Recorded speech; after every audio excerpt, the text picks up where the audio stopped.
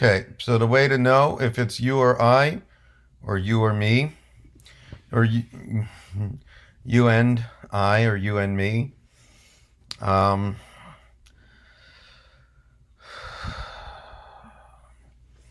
is if it's the action, the one that's doing the action, or the one the action is being done to.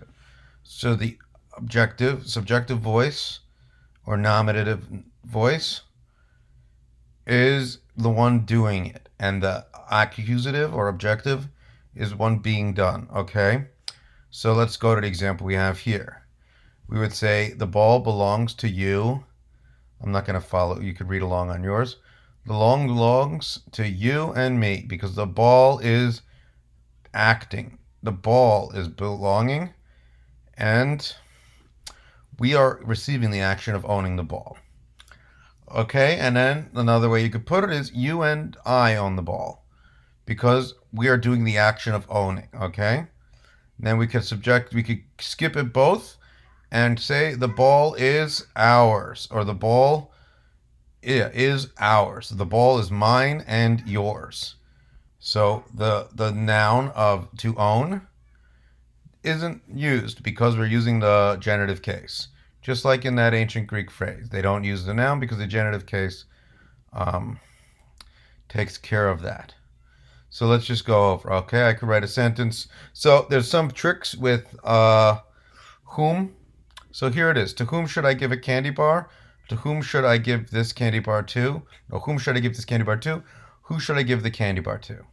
That's tricky because the one that makes the most sense is or not makes the most sense, but that sounds the best is actually the worst. This is wrong, okay, but it sounds right. So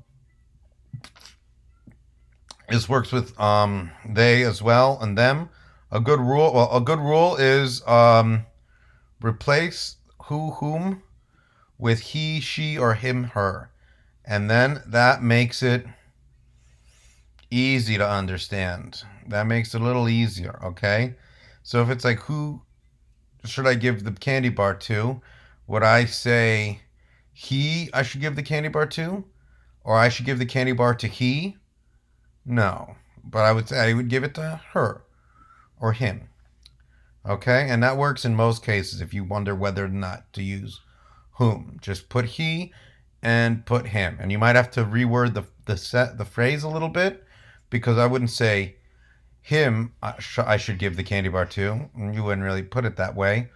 Um, but if you word it and you phrase it correctly, that'll make it's a good way to tell. And so another general rule is avoid using whom a bit because it's not often used, and you can use it in the right context. But just make sure you're using it in such a way that the person will understand, whoever's reading it.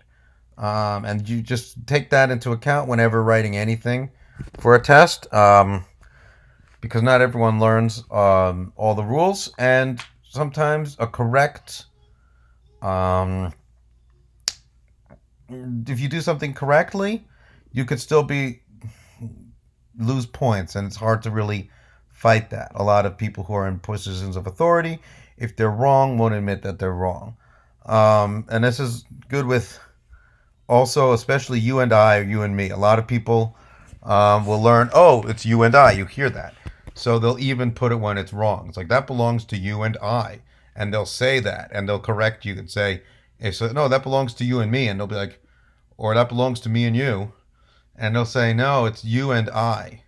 Of course, you should put the other person first when talking about yourself, just because that's considered polite. It's not a grammar rule, but it's considered polite. So it's not technically wrong, but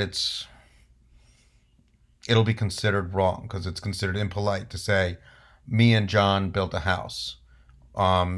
Even, well, it's grammatically wrong because you would use I, but also it's rude. But you could say you and Tim, or you and Tim built a house, or that house belongs to John and me.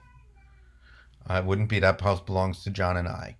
even though someone might say, even if you wrote the house belongs to John and me, you would you might get someone saying, nope, it belongs to John and I. So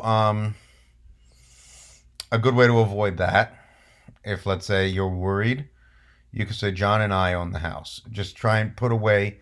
People accept pronouns in the active voice much more. In general, the active voice is what people listen to in society. So anyway, I'll go over how to do the exercise in the next video. Have a great day.